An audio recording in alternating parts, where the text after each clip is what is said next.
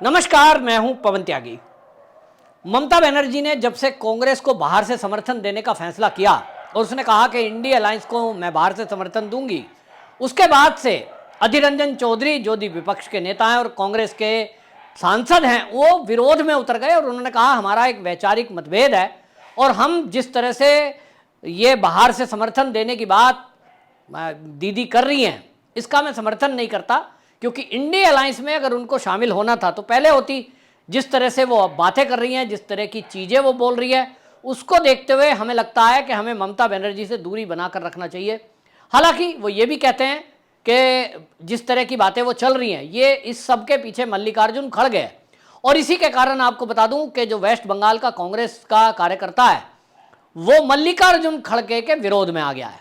कोलकाता के अंदर जो कांग्रेस का दफ्तर है, उसके बाहर जो होर्डिंग लगे हैं, उस होर्डिंग में मल्लिकार्जुन खड़गे की फोटो के ऊपर कालिक पोत दी गई। ताज्जुब की बात यह है कि उसी पोस्टर में सोनिया गांधी का और राहुल गांधी का फोटो है, उसको कुछ भी नहीं किसी ने किया, यानी एक बूंद भी शाही की नहीं है। ये क्या दिखा रहा है? ये दिखा रहा है कि मल्लिकार्जुन खड़गे के खिलाफ अब माहौल बनाया जा रहा है। और जैसा कि हमेशा होता है कि जब भी कभी चुनाव में गांधी परिवार विफल होता है, उसका ठीकरा किसी के सर फोड़ दिया जाता है। ये पहले से अंदेशा था। दलित दलित करके जिस तरह से राहुल गांधी और ये सब बोल रहे थे, हमारी पार्टी के अध्यक्ष हमने दलित बनाया है।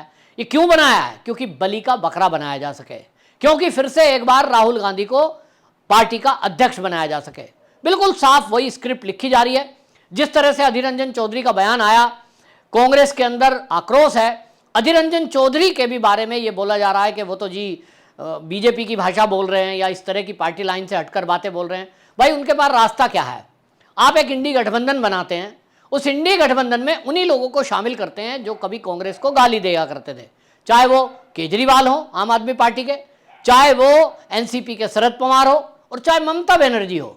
लेकिन आप अगर उस इंडी गठबंधन को बनाते हैं और ममता बनर्जी ये घोषणा करती है कि हम बाहर से समर्थन इंडिया अलायंस को देंगे, तो जितने भी मंचों पर ममता बनर्जी वेस्ट बंगाल में प्रचार कर रही हैं, वो तो कांग्रेस को जी भर के गाली देती हैं।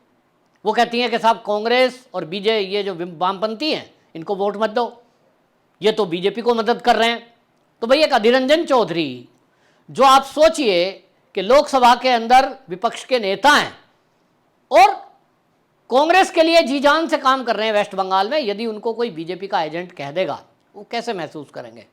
ये उनके लिए गाली है। लेकिन कांग्रेस का ये कल्चर है, वहाँ किसी को अपमान करने से, मान से कोई मतलब नहीं है। पार्टी का आला कमान यानी गांधी खानदान कोई दिल्ली में बैठकर फैसला कर लेता है, बाकी गुलामों की तरह उसको माने ऐसी उम्मीद की जाती है और उस पर कोई बोलता नहीं है। यह भी इतिहास कांग्रेस का है कि यदि पार्टी के अंदर से किसी ने बोलना शुरू किया और गलती से भी गांधी परिवार के विरोध में बोल दिया, तो समझ लीजिए अब उसको बाहर का रास्ता दिखाना है। तो अधीर रंजन चौधरी अब अगला वो चेहरा होंगे जिनके ऊपर इस चुनाव के बाद कार्रवाई होगी। सीट जीतेंगे ऐसा मुझे दिखाई नहीं दे रहा है, जीत भी सकते हैं, 4 तारीख को पता लगेगा, लेकिन हालत खराब है। वहां आज के टाइम में जिस तरह की चीजें पूरे देश के अंदर चल रही है, वही वेस्ट बंगाल में भी है। एक पहले से माहौल चल रहा है। जिस तरह से आप सोचें कि पोस्टरों में, एक ही पोस्टर में राहुल गांधी भी है, सोनिया गांधी भी है, प्रियंका गांधी वाड्रा भी है और मल्लिकार्जुन खड़गे भी है। मल्लिकार्जुन खड़गे की फोटो पे कालिक पोतने का मतलब क्या है? कि आप ये दिखा रहे हो कि कांग्रेस की जो दुर्दशा हो रही है, चाहे वो वेस्ट बंगाल हो, चाहे वो उत्तर प्रदेश हो, चाहे वो बिहार हो, उसके लिए कौन दोषी है? मल्लिकार्जुन खड़गे।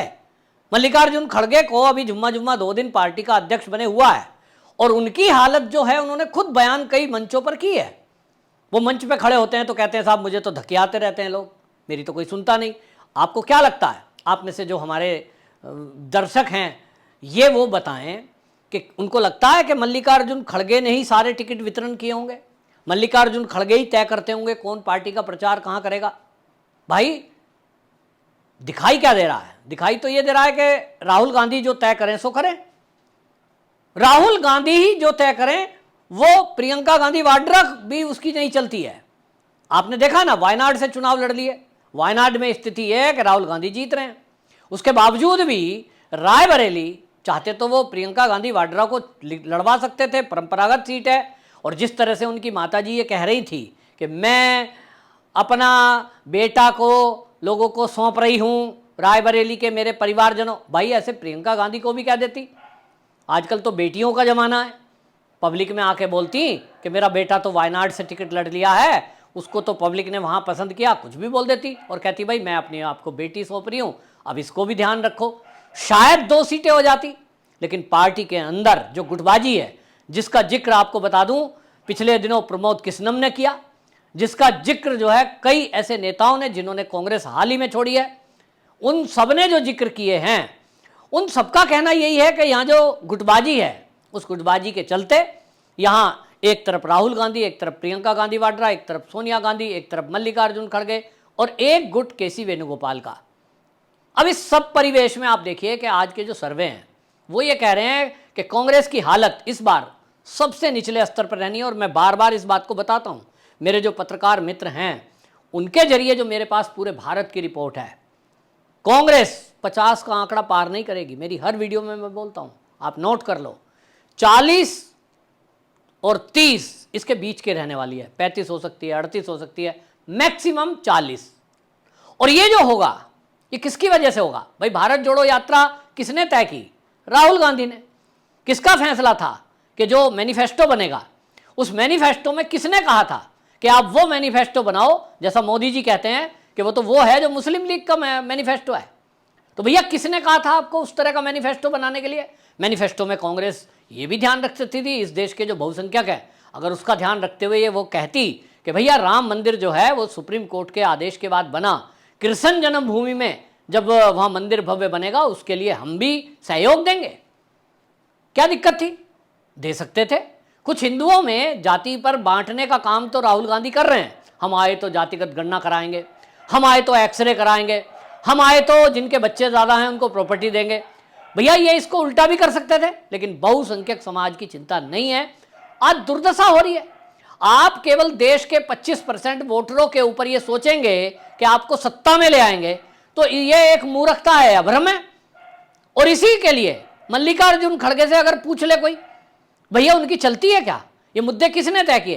क्या मल्लिकार्जुन खड़गे की एक भी लाइन उसमें है जो मैनिफेस्टो है? लोग तो कहते हैं साहब केसी वेणुगोपाल है, वो जैसा कर देते हैं वैसा हो जाता है। और उसके इर्द गिर्द वामपंथियों की एक टोली है। तो भैया वामपंथियों की चलती है तो वामपंथी विचारधारा का चयन वो सब कुछ हो जाएगा।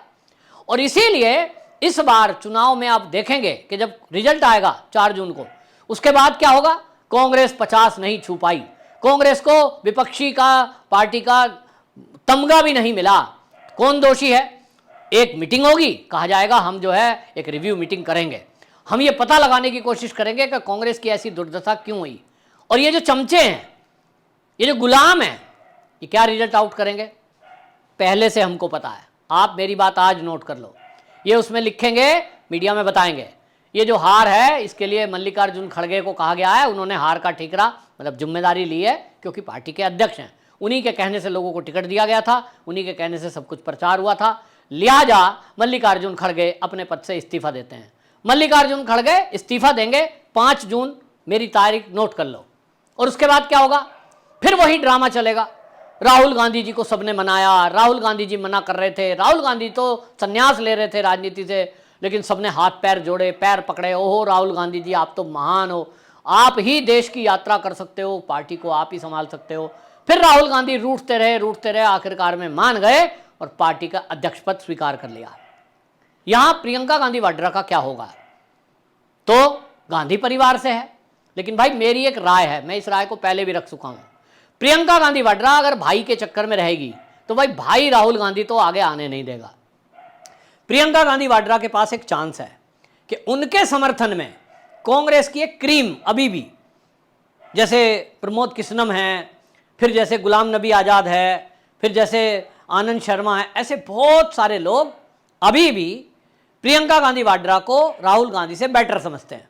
वो कहते हैं ये उनसे ज़्यादा अच्छी है, कम से कम वैसी वाली बात नहीं करती जिस पे लोग हंसे हैं। और इसलिए एक गुट प्रियंका गांधी वाड्रा को अपना नेता मान लेगा और वो अलग एक कांग्रेस बना ले। तो भाई प्रियंका गांधी वाड्रा को अगर राजनीति करनी है तो एक भविष्य रहेगा, अलग एक पार्टी बना ले। और एक और राय, उसके साथ विपक्ष में ना रहे तो मर्जी है उसकी, अगर एनडीए में शामिल हो जाए तो बल्ले बल्ले है, प्रियंका गांधी वाड्रा केंद्र में मंत्री बन सकती है।